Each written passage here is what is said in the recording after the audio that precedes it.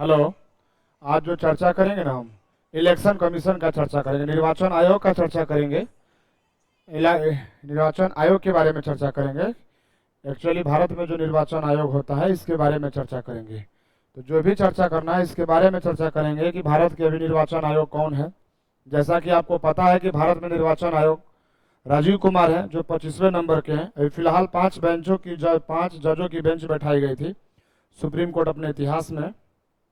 5 बेंचों की जज में अजय गोयल को चुना है। इसके साथ में चंद्र पांडे जी हैं, ठीक है ना। आपको पता है, थोड़ा सा इसका बेसिक डिफिनीशन वगैरह बता देता हूं आपको।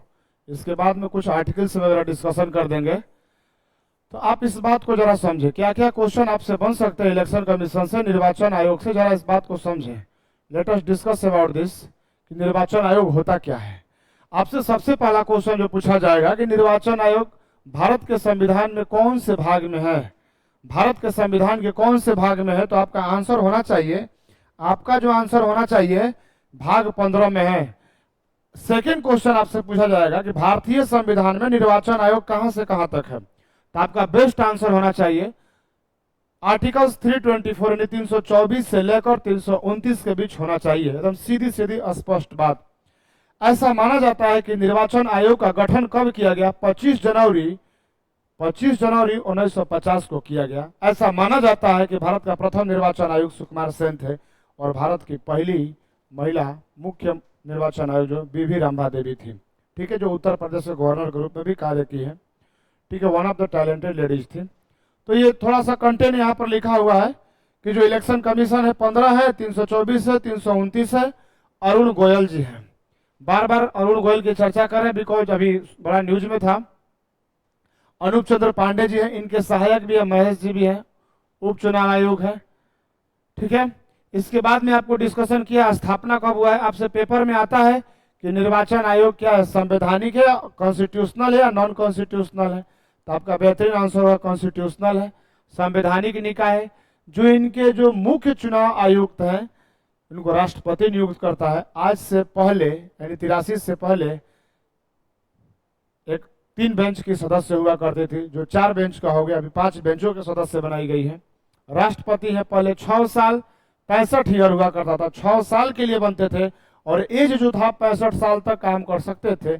लेकिन अभी जो बनाया गया है 6 साल आप काम करेंगे लेकिन 62 साल के लिए बनाया गया, ये बात पे ध्यान देना है, ठीक है। राष्ट्रपति इनको अपॉइंट करेंगे, इसका मतलब इनका चुनाव करेंगे, इसका मतलब इनका चुनाव करेंगे।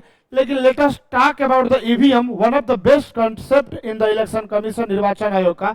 आजकल जिसको नहीं समझ में तो अभी ईवीएम का चर्चा करता है। हम भी सोचे ईवीएम का चर्चा करते हैं, हम क्यों नहीं करें, हम भी साधारण इंसान है। ईवीएम होता है इलेक्ट्रॉनिक्स वोटिंग मशीन। क्या होता है, इलेक्ट्रॉनिक्स वोटिंग मशीन होता है। एक प्रकार का ये फर्स्ट टाइम केरल में हुआ था और 50 बूथों पर किया गया था। सबसे पहली बार ईवीएम का यूज 1982 ईस्वी में किया गया, 1982 में किया गया। और आज 2009 में जब एक आया वीवीपैट और ईवीएम से पूरे देश में इलेक्शन कराया गया, लेकिन विश्वास नहीं था। लेकिन मोदी जी की सरकार आया जब, तो वीवीपैट नामक एक है, जो रेलवे, ग्रुप डी, एसएससी जितने भी एग्जाम में वीवीपैट का फुल फॉर्म पूछा गया, ईवीएम का फुल फॉर्म पूछा गया, नंबर ऑफ टाइम्स पूछे गए। तो वीवीपैट क्या होता है, आप वोट देते हैं, वोट देके बाहर निकलते हैं तो पर्चा निकलता है और उस पर्चे में लिखा होता है कि आप किस पार्टी को वोट दिए हैं और वोट दिए कितने बजे दिए, उसमें सब कुछ वेरीफाइड होता है। वोटर वेरीफाइड जो इसमें लिखा है क्या है, voter verified paper audit trial होता है। जो आप वोट दिए इसमें ट्रायल लिखा होता है, ठीक है ना। इसको देख लेंगे बढ़िया से, एक बार इसको जूम कर देता हूं, एक बार मिला लें आप इसको। Voter verified audit paper and trial, ये 2013 में वीवीपैट का कार्य होता है ना। जो इलेक्शन में वोट देके बाहर निकलते हैं उसमें से पर्चा निकलता है, वो बताता है कि बीजेपी को दिए या कांग्रेस को दिए। यहाँ मेरा कोई मतलब नहीं है, मैं किसी पार्टी का नहीं हूँ, मुझे इससे कोई मतलब लेन देन नहीं, बस मैं सिंपल आपको बता दे रहा हूँ। VVPAT railway, group D, SSC के एग्जाम में पूछे जाते हैं, इसलिए मैंने उसको बता दिया। इस जो वीवीपैट को बनाने वाली कंपनी है BHEL है, एक PSU कंपनी है, महारत्ना कंपनी के अंतर्गत आता है, ऐसा उम्मीद है। भारत हैवी इलेक्ट्रॉनिक्स लिमिटेड, जैसे महारत्ना और नवरत्ना अलग चर्चा का बात है, 2003 में इसकी चर्चा की गई थी।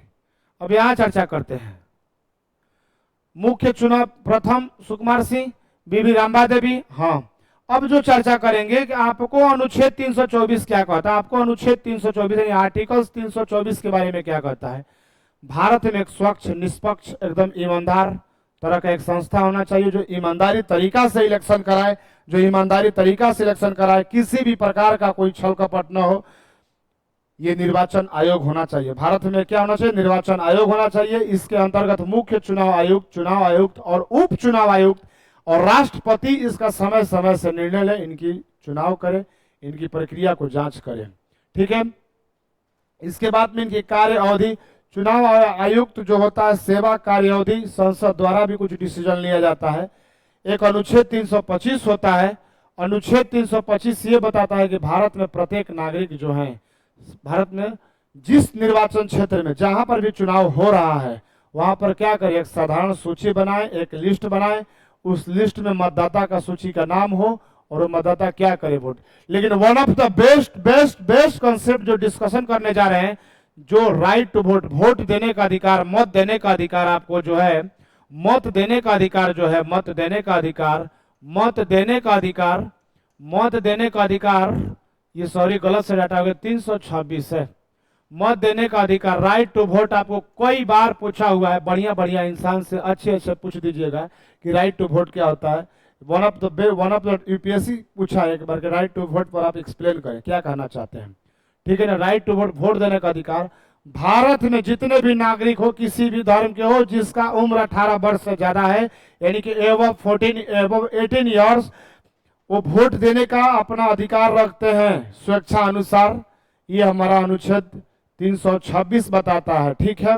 इसके बाद एक और बताता है संवैधानिक जो होता है, संविधान संशोधन। ऐसे भारत संविधान संशोधन जो होता है अनुच्छेद 338 में होता है, अनुच्छेद 368 में होता है। इस संविधान संशोधन के तहत भारत में पहले वोट देने का अधिकार 21 वर्ष था, लेकिन 61वां संविधान संशोधन, जब माय डियर 61वां संविधान संशोधन हुआ, जब 61वां संविधान संशोधन हुआ 1986 में, आई थिंक 61वां संविधान संशोधन 1986, एक मिनट, 1986, हाँ 1989, सॉरी 1989 कंफर्म 1900, क्योंकि गलत डाटा नहीं बताया। 1989 में पहले वोट देने का ये पूछा है कि 61वां संविधान संशोधन क्या है। 1989 पहले वोट देने का अधिकार था 21 वर्ष से, लेकिन उसको घटा के 18 वर्ष कर दिया गया। ये क्वेश्चन कई बार पूछा है कि कौन से संविधान संशोधन के तहत मत देने का अधिकार 21 ईयर से घटाकर 18 ईयर कर दिया गया। तो आपका आंसर होगा 61वां संविधान संशोधन, 61 संविधान संशोधन। आप इस बात को ध्यान दें, इस बात को ध्यान दें। 327 अनुच्छेद होता है जो विधानमंडल में किसी भी प्रकार का आपको विवाद होता है या वोट देने का अधिकार होता है या विधानमंडल में चुनाव कराना होता है, इसके बारे में। ठीक है। इसके बारे में जो निर्वाचन आयोग है उसका गठन करता है। ठीक है। यदि कोई आपको डाउट हो, कुछ दिक्कत हो, तो आप हमको कमेंट करें, मेल करें, ट्विटर करें, जैसी आपकी इच्छा वैसे करें।